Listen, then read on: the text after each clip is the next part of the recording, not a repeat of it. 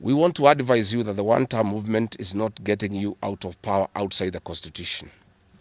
Mr. President, nobody wants to throw you. Nobody wants to overthrow your government. Nobody wants you out of power through unconstitutional means. Mr. President, I and the people we work with are on record. We want to remove you from State House through the ballot in 2027.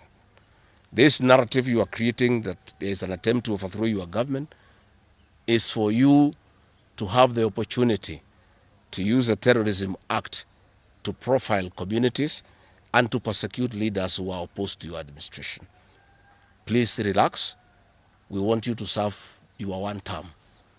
Nobody wants you out of government unconstitutionally. Nobody has any plan to overthrow your administration, Mr. President. We want to face you on the ballot in August 2027.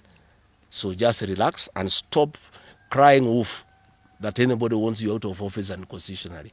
There is no leader here who is planning a coup, and none has the capacity. And nobody is interested. The leaders in this country, and indeed 95% of the Kenyan population, want to humiliate you at the ballot. They will relish that moment. None of them would want you to go out through any other method, unless, of course, you decided to resign on your own volition. So please stop creating this narrative.